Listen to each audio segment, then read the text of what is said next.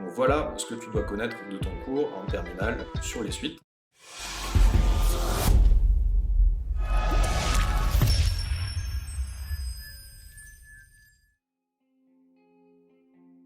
Salut, dans cette vidéo, on va faire une synthèse du cours sur les suites en terminale. C'est parti.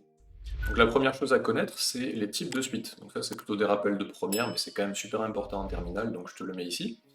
Donc tu as trois types de suites à connaître, géométrique, arithmétique et constante. Et ces suites, tu peux les définir de deux façons différentes, soit par récurrence, soit de façon explicite. Pour une suite géométrique, on va avoir un plus 1 égale qun. Donc pour obtenir le terme suivant, tu multiplies le terme actuel par quelque chose qu'on appelle la raison.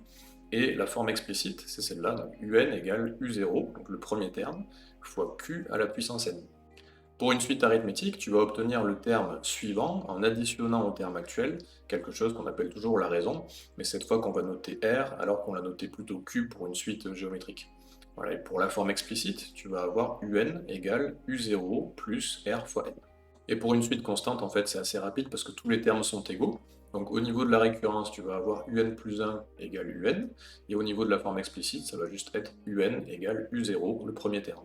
Alors les formules explicites que je t'ai données jusqu'à maintenant, c'était pour n supérieur ou égal à 0, c'est-à-dire rang initial égale 0. Donc ça c'est le cas le plus courant, mais tu peux aussi tomber parfois sur n supérieur ou égal à 1.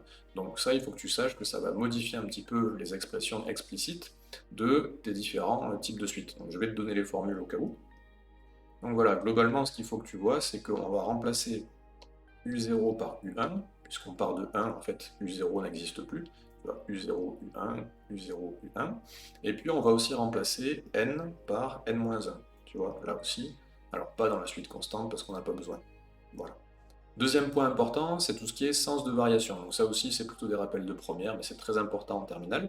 Donc pour appliquer tout ce qu'on va dire ici, tu peux aller voir la fiche méthode justement sur le sens de variation. Ce qu'il faut savoir, c'est que un strictement croissante correspond à un plus 1 moins un strictement positif. Bon, dans l'autre sens, un strictement décroissante correspond à un plus 1 moins un strictement négatif. Alors il faut bien comprendre que le mot strictement ici il correspond au signe strict qu'on a là, tu vois, strictement positif, strictement négatif. Bon, toi ça peut t'arriver de tomber sur une suite qui est juste croissante ou juste décroissante, tu vois, sans le strictement. Bah, dans ce cas-là, en fait, il faut que tu saches que on a juste à barrer ce mot-là du coup, et que ça va correspondre ici à des inégalités qui sont larges, donc supérieures ou égales ou inférieures ou égales. Ce qu'il faut bien comprendre, c'est que dans tous les cas, pour étudier le sens de variation d'une suite, en fait, tu étudies le signe de un plus 1 moins un. Tu vois, un plus 1 moins un, on le compare à 0 dans les deux cas, donc comparer à 0, ça revient en fait à étudier le signe. Ensuite, le troisième point, c'est le principe de récurrence. Donc là, on rentre vraiment dans les notions de terminale, ça c'est un incontournable, donc je te conseille d'aller le pratiquer en détail avec la fiche méthode.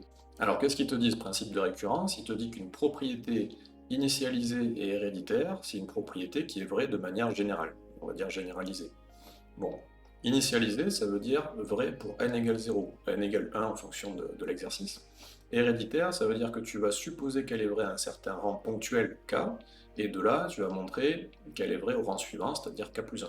Et ça va te permettre de montrer qu'elle est vraie pour tout n. C'est un peu le principe des dominos. Donc ici, en fait, tu fais tomber le premier domino, tu montres que ce domino il va entraîner le suivant, et de là, forcément, tu as toute la chaîne des dominos qui tombe. Ensuite, il faut que tu saches définir un minorant et un majorant. Alors, si tu as une suite U qui est majorée par A, c'est-à-dire A majorant de U, ben, ça veut dire que UN est inférieur ou égal à A. Ça veut dire que tous les termes de ta suite sont inférieurs ou égaux au majorant. Donc si tu as une suite U qui est minorée par A, c'est-à-dire A minorant de U, ben, ça veut dire que UN est supérieur ou égal à A, c'est-à-dire que tous les termes de ta suite sont supérieurs ou égaux au minorant. Ensuite, tu vas avoir quelque chose de très important, quasiment autant que le principe de récurrence, c'est le théorème de convergence monotone. Donc ce théorème, il te dit qu'une suite croissante est majorée ou décroissante est minorée, et convergente. Alors, pour travailler plus en détail ce théorème, je t'invite à aller voir la fiche méthode à ce sujet. Ensuite, on va arriver aux limites. On va commencer par les limites de référence. Donc déjà, il faut que tu te souviennes que pour les suites, tu as n qui tend vers plus l'infini, d'accord? C'est pas comme pour les fonctions, tu n'auras jamais n qui tend vers 0, n qui tend vers moins l'infini, etc. Donc finalement, pour les suites, tu vas pas avoir beaucoup de limites de référence. En fait, il va y en avoir que deux. Limite de n puissance a égale plus l'infini, et limite de 1 sur n puissance a égale 0. Alors tu fais attention, a c'est un réel positif non nul, donc par exemple 1, 2, 2,5, 4,2, etc., etc. Bon, je te prends quelques exemples. Limite de n carré, bah, ça fait plus l'infini, et limite de 1 sur n au cube, ça fait 0. Ensuite, il faut que tu connaisses tes opérations sur les limites. Donc quand je te dis opération, c'est somme, produit et quotient. Et il faut aussi que tu connaisses tes formes indéterminées qu'on note souvent FI. Alors on va résumer ça dans un tableau. On va avoir la limite d'une première suite qu'on appelle U, la limite d'une deuxième suite qu'on appelle V, et ces deux limites, on va en faire soit la somme, soit le produit, soit le quotient. Pour les limites de nos deux suites, on va avoir plusieurs cas à prendre en compte. Donc soit les deux limites sont réelles mais non nulles, dans ce cas-là on va les appeler L1 et L2, soit elles sont nulles toutes les deux, soit il y en a une des deux qui est nulle et l'autre qui est égale à l'infini, c'est-à-dire plus ou moins l'infini, soit les deux sont égales à plus l'infini, soit celle de U est égale à plus l'infini, et celle de V est égale à moins l'infini. Maintenant on va faire la somme de ces deux limites. Donc, dans le premier cas, rien de spécial, ça fait juste L1 plus L2. Deuxième cas, 0 plus 0, 0. Troisième cas, 0 plus l'infini ou 0 moins l'infini, bah, ça va donner plus l'infini ou moins l'infini. Tu vois, le plus ou le moins que tu vas avoir là, bah, tu vas le retrouver ici. Le quatrième cas, c'est la même chose, mais dans l'autre sens. Le cinquième cas, c'est plus l'infini plus l'infini, donc forcément plus l'infini. Et le dernier cas, faut faire gaffe, c'est plus l'infini plus moins l'infini, donc en fait, c'est l'infini moins l'infini. Donc ça s'appelle une forme indéterminée, ça veut dire que si tu tombes sur ce cas de figure, bah, tu ne peux pas déterminer la limite. Maintenant, on va passer au produit. Alors, dans le premier cas, bah, ça fait juste L1 fois L2, tu vois, pas de souci, comme tout à l'heure. Deuxième cas, 0 fois 0, pas de souci non plus, ça fait 0. Par contre, troisième et quatrième cas, tu vas avoir du 0 fois l'infini ou l'infini fois 0, hein, peu importe le sens, ça revient au même. Là, tu tombes sur une forme indéterminée du type 0 fois l'infini, donc fais attention. Cinquième cas, tu vas avoir du plus l'infini fois plus l'infini, ce qui fait plus l'infini. Et dernier cas, plus l'infini fois moins l'infini. Bah, tu sais bien que plus fois moins, ça fait moins, donc c'est normal qu'on tombe sur moins l'infini. Et enfin, le quotient. Donc, dans le premier cas, tu as compris, il n'y a pas de souci. Donc là, ça fait juste L1 sur L2.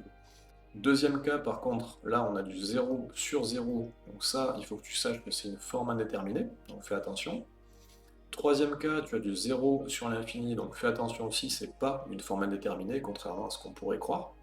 Tu as 0 en haut, l'infini en bas.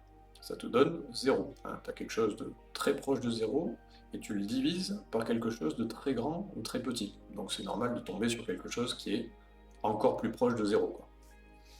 Quatrième cas, donc l'infini sur 0. Donc l'infini en haut, 0 en bas. Bon là, ça va donner l'infini. J'ai pas mis plus ou moins devant parce que ça va dépendre des cas. D'accord? Il y a plusieurs cas. Je vais juste en donner deux ici pour l'exemple. Plus l'infini en haut et 0 plus en bas, ça va te donner plus l'infini.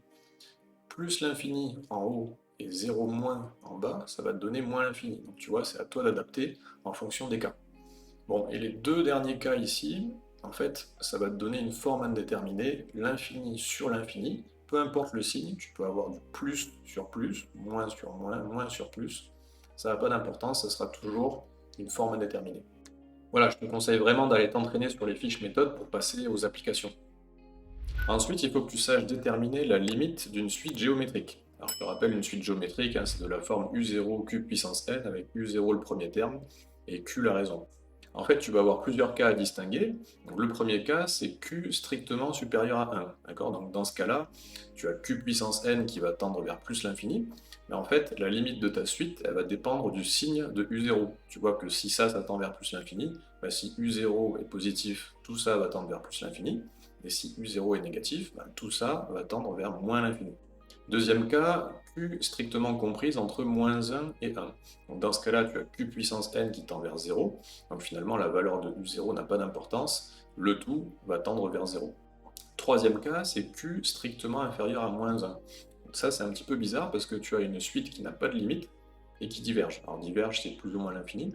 En fait, ce qui va se passer, c'est que tu as les valeurs de ta suite qui vont être alternées, donc qui vont changer de signe à chaque fois, et qui vont augmenter en valeur absolue. Donc ça va te donner une suite qui a un peu cette allure-là.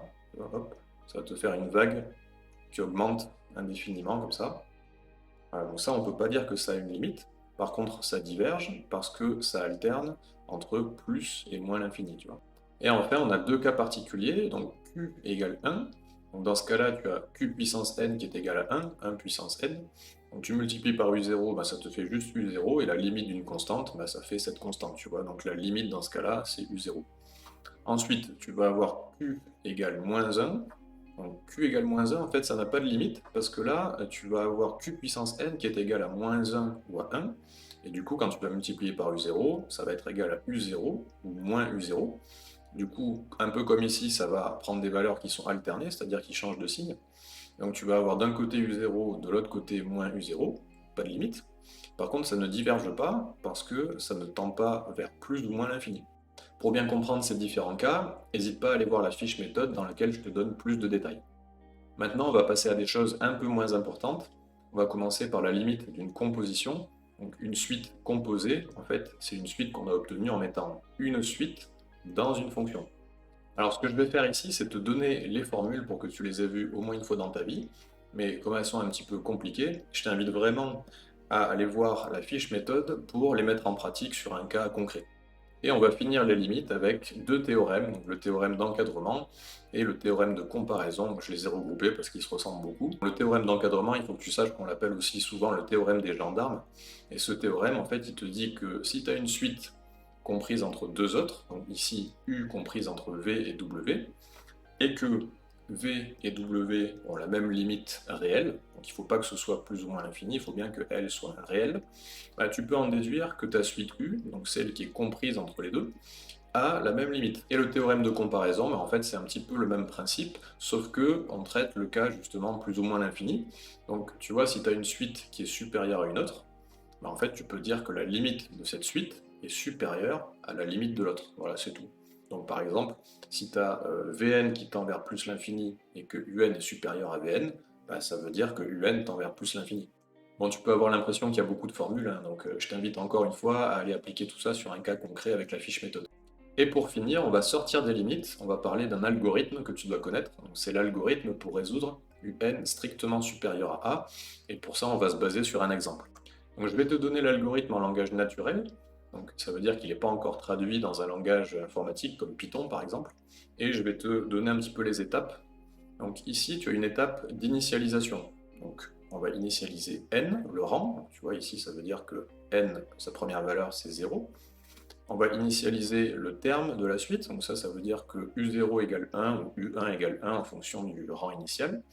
Ensuite on va rentrer dans une boucle tant que, avec une condition d'entrée. Donc ici, la condition d'entrée, c'est U inférieur ou égal à A, donc il faut bien que tu vois que c'est le contraire de ça, tu vois.